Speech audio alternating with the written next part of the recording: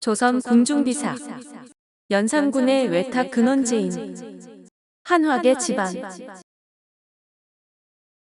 문혁대 조선왕자전 연산군 편에서 연산군의 외모가 흔히 알려진 것처럼 비만한 돌쇠형이 아니라 어머니를 닮아 현대 미남형이었음을 알아보았는데, 그런 연산군의 외모는 외탁을 한 것이라고 합니다.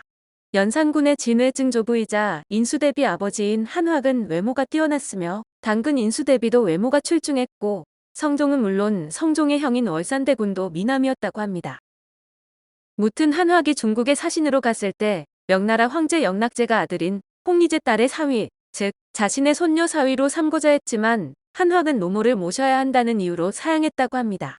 한학은 누이 덕과 영락제와 세종의 총애 덕분에 위세가 높고 혜택을 누렸는데, 세종은 판한성부사를 제수하고 이조 병조 판서를 역임해 오래전선을 맡게 했는데, 조정에서는 감히 이간하는 자들이 없었답니다. 그러나 다른 기록을 보면 한학이 영락제로부터 관직 광록시 소경을 받은 것을 세종이 나중에 알자 이조 판서에 임명한 것으로, 신하들은 한학은 학문에 짧아 못마땅해 했다고 전해집니다. 한학은 세종이 즉위하는 동안 선의사부터 이조 병조 판서까지 요직을 거쳤고, 문종 즉위 후에는 본도 관찰사 의금부 제조를, 단종 때는 선의사, 원접사, 좌찬성을 지냈습니다. 세조를 도와 계유정난을 일으켜 우의정 서성 부원군으로 봉해졌으며, 세조가 왕위에 오르자 여러 번 승진해 좌의정에 이르렀으며, 좌익 1등 정난공신으로 책명되었고 서원 부원군으로 고쳐 봉해졌습니다. 한화근 명의 후궁으로 바쳐진 누이들을 매개로 조선과 명 사이의 가교 역할을 했다는 평가를 받고 있는데, 그 때문에 세종과 세조의 신망이 두터웠습니다. 세종은 장남인 양녕대군을 폐쇄자시키고 왕에 올랐고, 세조는 조카 단종을 죽이고 왕에 올라 명나라로부터 고명을 받는 것이 큰일이었으나 한학이 이를 잘 해결한 것입니다. 19세 때 한학은 왕명서를 받들고 북경에 갔는데, 영락제가 한학의 공모양을 아름답게 여겨 특별히 봉의대부 광록시 소경으로 삼았으며, 그 첫머리 내용을 보면 도노한 자질을 타고났으며 성실한 뜻을 품고 있다고 했습니다.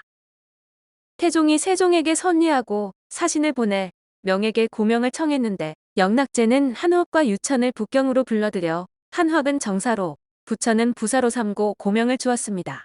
그 뒤로 영락제는 한학에게 입조를 명한 것이 서너 차례였는데, 세종은 이에 노비 10명 밭 70결을 하사했으며, 명나라 사신과 더불어 예식을 행할 적에 한학을 오도록 해서 자리에 앉혔다고 합니다. 특히 조카를 몰아내고 왕위에 오른 세조는 황제 경태제에게 고명을 받는 것이 난제였었는데, 한학이 잘 마무리해 형조판서 권준과 함께 순조롭게 세조의 책봉을 승인하는 고명을 받아왔습니다. 세종부터 문종, 단종, 세조까지 왕위 계승이 이루어질 때마다 명예 사신으로 파견되어 각종 외교적 의례들을 처리했으며, 한학 사후 청주헌씨 가문은 더욱 번성했습니다. 한학의 아들 한치인 한치혜, 한칠애, 조카 한치영 등은 성종이 즉위하자 인수대비를 주축으로 훈구의 핵심 세력이 되었으며, 좌리공신에 책봉되고 정승까지 오르면서 전국을 주도했습니다.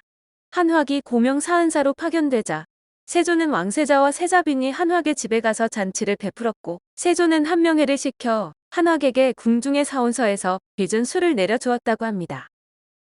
그러나 사은사로 명나라에 갔다가 돌아와 칠가령에 이르렀을 때 병을 얻고 결국 사하포에 이르러 50대 나이에 세상을 떠났는데, 사망 소식을 들은 세조는 매우 놀랐고 슬퍼해 예를 갖춰 제사를 치르게 했습니다. 세조는 한학이 세상을 갑작스럽게 뜨자 매우 상심이 컸는지 강무도 정지하려고도 했었고, 조회와 행정을 정지하고 자신의 생일 때 할애를 받지 않겠다고 했습니다. 이후 한학을 1등 공신으로 체훈하는 교서를 썼고, 한학의 양친과 아내에게 자기를 내렸으며, 논과 밭 150결, 노비 13구, 백은 50량, 5세 겉감과 안감 1단, 내구마 한 피를 하사했습니다. 한학은 영락제 사후에도 조선 조정 안에서 굳건한 위치에 있었으며, 권세는 쉽게 꺾이지 않았는데, 사례를 엿보면 영락제 사후로부터 1년 뒤 장군 절제사였던 한학이 전간무 김성정의 첩의 딸과 간통하는 일이 벌어졌습니다. 김성정의 첩의 딸은 일찍이 궁녀로 걸내에 있던 것을 어미 집에 놓아 보냈었는데, 그 사이에 한학이 간통하자 그 계집의 어미가 고소해 발각된 것이었습니다. 이에 신하들은 세종에게 논핵하기를 청했고, 세종은 장군 절제사를 채임하며 한학을 한양으로 돌아오게 했는데, 헌사에서 형을 결정해 적용하기를 청했으나 세종은 죄질 수 없는 사람이라며 허락하지 않았다고 합니다. 동생과 딸을 명나라와 조선 왕실에 바친 한화. 한화의 둘째 딸은 세종과 신빈 김씨 아들인 계양군과 혼인을 했으며 그의 누이들도 상당한 미인이었다고 전해집니다.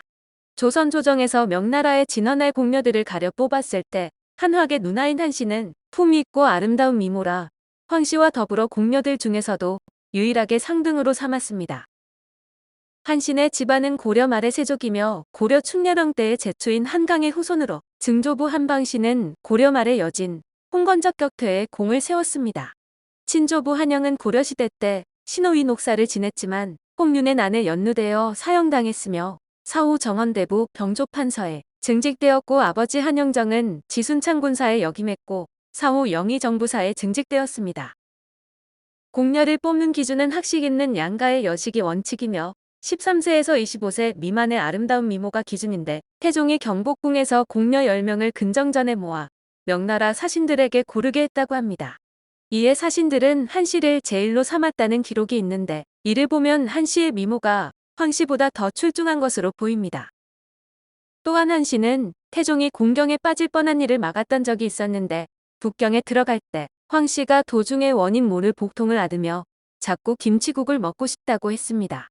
의원이 여러 약을 써도 아무런 효험이 없어 황씨는 밤마다 몽종이 배를 문지르게 했는데 그러던 어느 날 밤 황씨가 소변을 누다 그곳에서 성인용품이 나오자 몽종이 즉시 성인용품을 측간에 버렸다고 합니다.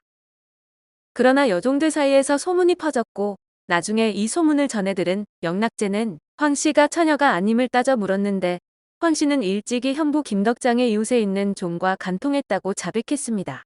이에 영락제는 분노에 조선을 문책하려고 칙서까지 작성했는데 당시 영락제의 총애를 받던 후궁 양씨가 이 사실을 알고 한씨에게 알렸다고 합니다. 한씨는 울면서 황씨는 궁박 사람인데 우리 임금이 처녀가 아닌 사실까지 어찌 알겠냐고 말하면서 영락제에게 애걸해 영락제는 그런 모습에 감동해 한씨에게 황씨의 처벌을 맡겨 황씨의 뺨을 때리는 것으로 마무리했답니다. 이후 영락제는 한씨를 총애해 후궁 여비로 봉작했는데 한씨가 대단히 총명하고 영리하다며 칭찬했고 한씨와 황씨의 집에 금, 은과 채색 비단을 보내기도 했고 조선의 상으로 물품을 내려주었습니다. 이후 오여의 난이 일어나 영락제는 사건에 관련된 자들을 모조리 숙청했는데 국민, 환관 등 총 2,800여 명을 숙청했으며 조선의 여인들도 많이 죽음당했다고 합니다. 사건의 용의자로 몰린 조선인 여씨는 산채로 살을 휘뜨는 형벌인 능지처사를 당했고 임씨와 정씨는 목을 메어 자살했으며 황씨와 이씨는 국문을 받고 차명되었습니다. 반면 최씨와 한씨는 무사히 살아남았는데 최씨는 영락제가 남경에 있는 궁인들을 부를 때 병으로 오지 못하고 난이 일어나 궁인들을 거의 다 죽인 뒤에 올라와 운 좋게 살아남았다고 합니다. 한씨는 영락제가 차마 그녀까지 고문은 못하겠는지 빈방에 가둬두고 여러 날 음식을 주지 않았는데 지키던 환관이 때때로 먹을 것을 넣어주어 죽지 않았다고 합니다. 훗날 세종 때의 어여의 난의 진실을 알게 되는데 사실 중국인 여씨가 참소한 것이 아닌 환관인 황엄이 조선인 여씨의 과실을 무함한 것이 밝혀졌습니다. 한씨는 영락제 사후 다른 궁인들과 함께 20대 젊은 나이에 순장당했는데 2년 후 한화근 누이의 비극을 겪고도 여동생 한계란을 공녀로 바치려 하자 한계란은 언니의 비극을 알아 명나라 가는 것을 피했습니다. 그러나 명나라 환관인 창성과 윤봉이 미모가 아름답다고 아뢰어 결국 공녀로 뽑혔으나 병에 걸려 명나라에 못 갔는데 이에 한화근 병에 걸린 한계란에게 약을 내밀었습니다. 그러자 그녀는 누이 하나를 팔아서 부기가 이미 극진한데 무엇을 위하여 약을 쓰려 하오라고 말하며 칼로 시집갈 때를 위해 준비했던 자신의 침구를 찢고 재물을 모두 친척들에게 나눠주었답니다. 한계란은 병에 걸려 명나라에 가지 못했으나 불행하게도 다음 해에 공녀로 다시 뽑혀 19세에 명나라에 가게 되었는데 북경에 가는 한씨의 행차를 바라본 한양 사람들은 탄식했고 눈물을 흘리는 사람들도 있었답니다. 사람들이 한화를 산송장이라 비난하며 한계란은 시집갈 시기가 지났었는데 한화는 시집 보내지 않고 명나라에 데려감으로 한화를 천하게 여기고 한계란을 불쌍하게 여겼다고 합니다. 한계란은 훗날 선덕제가 죽어도 언니와 달리 순장되지 않으며 그 후로 3명의 황제들을 섬겼고 젊을 때부터 늙을 때까지 수복을 누리며 황실의 녹을 누렸다고 합니다. 그녀는 어린 시절 황제 성화제를 보호하고 양육한 공으로 황제 성화제에게도 총애를 받았으며 성화제는 한시의 족친들에게도 후하게 대접했다고 합니다. 한계라는 명나라에 있을 때 항상 고국을 생각해 늘 울기를 그치지 않았으며 때때로 조선 왕실에 귀중한 물품들을 보내었다고 합니다.